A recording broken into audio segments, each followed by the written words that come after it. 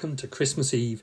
You're at the final window of the TooFatLardies Advent Calendar for 2021. And our final window features Nick talking about the inspiration he draws from maps. Military maps of all different kinds through all different periods. I know it's something that Richard, Nick and myself have always been interested in, so I'm really going to enjoy Nick talking about the inspiration he gets from looking at maps. Take it away, Nick, this last window for 2021. As wargamers, I think many of us are visually stimulated. There's something about us that draws us to the artistic side of the hobby. We like to see nicely painted figures, and beautiful tabletops are a thing of wonder. You know, these days going to any game show is a visual feast. Scrolling through your Twitter feed or Facebook feed is a visual feast of wargaming. Wargames magazines pump us full of almost pornographic images of our toys and our tabletops that we create. What we produce on our miniature tabletops are miniature works of art. And if you're talking about works of art, then what better than a map? I mean, a map is a visual representation of the world around us. But it does more than allow us to get from A to B. It allows us to put ourselves into context among the world that surrounds us and to see a bigger picture. And this is exactly what maps do for the games that we play.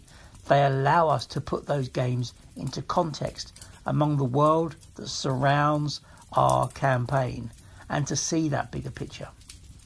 So maps, and especially old maps, have long been a fascination for me, and using them for wargaming and battlefield walking has been an easy and very satisfying part of my wargaming life.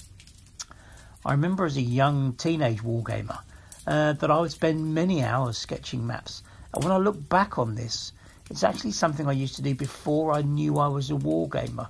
When I was quite a young boy, I would sketch out towns and regions on a piece of paper. Perhaps I should have been a town planner, but once wargaming became established as a hobby, these maps that I was drawing quickly turned into battlefields. And I remember quite clearly, actually, having an A3 sketch pad into which I had drawn maps, by hand, for a number of completely fictional Napoleonic battles. So maps for me then are often where it all begins. They are the Max Bygraves of wargaming. They want to tell you a story. And I use them, real and fictional, to inspire my thinking around games, scenarios, campaigns, and especially Kriegspiel. It's all about the map. And this is especially true for Kriegspiels, where they create the stage onto which all the events of your game will play out. I love searching out period maps and seeing what strategic features they contain that would make for an interesting game. River crossings, road networks, towns and ports, for instance, will all form part of the game. What could be happening on this map? What could be happening on this terrain? And sometimes it's worth rotating maps through 90, 180 degrees to see a different perspective, to see a different angle on things. We often tend to think, or I think in north to south perspectives quite a lot. Rotating a map can give you a different view on the terrain that you're looking at. So I also still love creating my own maps. I'm lucky enough to have the Adobe Creative Cloud suite that I can use to create and edit maps. A few years ago, for instance, I ran a big game on Discord that used a hybrid map. I wanted to run a campaign based in a fictional region that was centred around tracking down partisan groups in the hills. Now, I often like to use fictional maps because if you use maps that people recognise from the historic event, it quite often shapes the story that follows. Whereas if you set them into a similar but unrecognisable terrain, then you tend to break out that existing narrative. Anyway, I wanted to run this campaign based in a fictional region which was centred around tracking down partisan groups in the hills.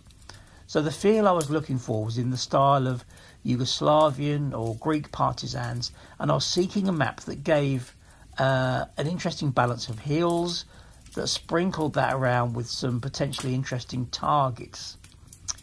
What happened was I found a large map online, which was actually a map of the Greek coastal region near Areopoli, which offered nearly everything I wanted. And then, because I could, and because I wanted to change things to create something truly unique, I heavily edited the map, adding islands, adding roads, adding towns, and some fictional place names to provide a unique backstory, all of which was great fun. Every town that was on that map was renamed. And although I kept the north-south aspect of the map, changing that again would have made it almost impossible to identify. So the map allowed players to immerse themselves completely in the game, which for many reasons was one of the most memorable games that I've ever played. We talk about the Lardia campaign quite a lot, and this was all based from this idea of this wonderful map that was at the heart of it all.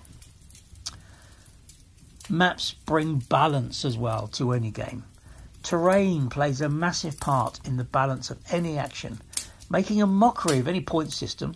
You can balance an army on points as much as you like, only then to create a totally imbalanced game by utilising a map or a tabletop that hands all the terrain advantages to one side or the other. The points become irrelevant. It's one of the reasons I don't like points. That, of course, combined with the fact that history doesn't use points. But they are the canvas. These maps are the canvas on which players will draw up their plan, and they can turn a good scenario into a great one. A good map will really bring your game to life. And with more and more maps being added to digital archives, the ability of average Joe wargamers like me to access them has never been easier. Finding them online is dead easy, and that has to be a good thing. In fact, I think what I will do after recording this is to type old map into Google and see what game emerges after a short surf. Merry Christmas.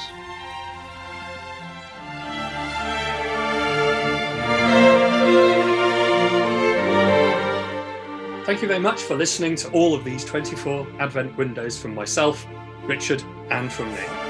But don't go away, because tomorrow, Christmas Day, we'll be opening our 25th window with a very special TooFatLardies podcast to which all of you are invited.